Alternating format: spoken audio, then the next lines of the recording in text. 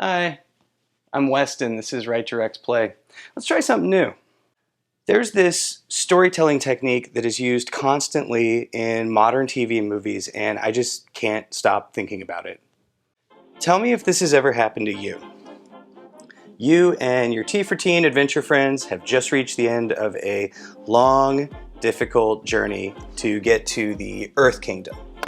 And you have crucial information that will help the last legit force that can stop the Fire Nation from conquering the world. Now, you've lost friends along the way. It was a hard-fought victory, high-stakes stuff. There was even a giant drill. What's worse is you're shocked to find out this supposed sanctuary is actually a creepy, thought police-run authoritarian state.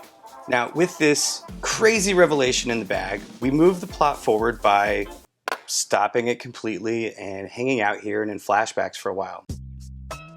So in TV especially, where you have more time to spend on telling your story than in other mediums, this structure is actually really common, and I see it all the time. Immediately after a big dramatic build-up, this big climactic moment, we quietly flash back to the past or go somewhere else entirely. Now, this almost always happens at the midpoint of the story. Midpoint of the story usually has a mix of victories and defeats for the characters. They've been on a quest for a while, they've been fighting a hard fight, and they kind of win and they kind of lose at the same time, and the stakes are heightened. Oftentimes there's a new serious danger introduced. In TV, this break from the action could be one or more episodes long. Like in Avatar's case, there's actually 2 full episodes, Tales of Ba Sing Se, and Appa's flashback episode, what he's been doing since he's been captured. And then after that break, you get back to heightening the action and furthering a plot or whatever. So I can think offhand of many examples of this in shows that I love. There's Neon Genesis Evangelion, which right after you have the 4th child arc with that angel with the ribbon arms, Shinji gets sucked into the robot for a month. After he comes back out, they take a break and do a bunch of backstory in an episode, one of the Weaving and episode stories. And of course Lost does it, and that's because Lost is a show designed from the ground up around how flashbacks work with plot and storytelling.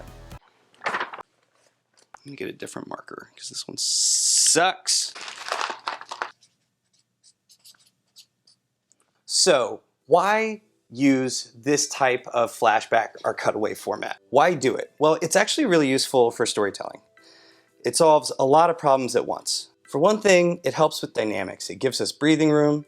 It's the quiet to contrast the loud, crazy, big set pieces we've just gone through. Also, it holds the tension created by the big plot twist or moment we're leaving to flashback. We need to know what's going to happen next, but we're not going to get it for a little while. And most of the time an audience is willing to stick it out. That's really useful because this lets us get relevant backstory and or character development in without creating drag on the momentum of a story, like it would if you just had this really, really long flashback sequence at the beginning of a story. There is a place where beginning of a story flashbacks are useful. I'll talk about that in a little bit. Done right, our flashback or our cutaway leaves us with some new revelation about a character that further invests us in the story. You know, I talked about Lost, and that show took this to extremes. Usually in a flashback or a cutaway, what you get is what you got in Avatar: The Last Airbender when they're in Ba Sing Se. You get little bits that just tell us what happened, or they tell us a little bit about Uncle Iroh and his son, for example. But in Lost starts doing really crazy stuff where, for example, in I think it's the 3rd episode with Locke, Locke's flashback episode, you actually get a major plot twist, which is that until the plane crashed on the island, he was paralyzed from the waist down. That's definitely like the most extreme example of how to use this to give us extra information that makes the story more dramatic. And finally, does that work? That's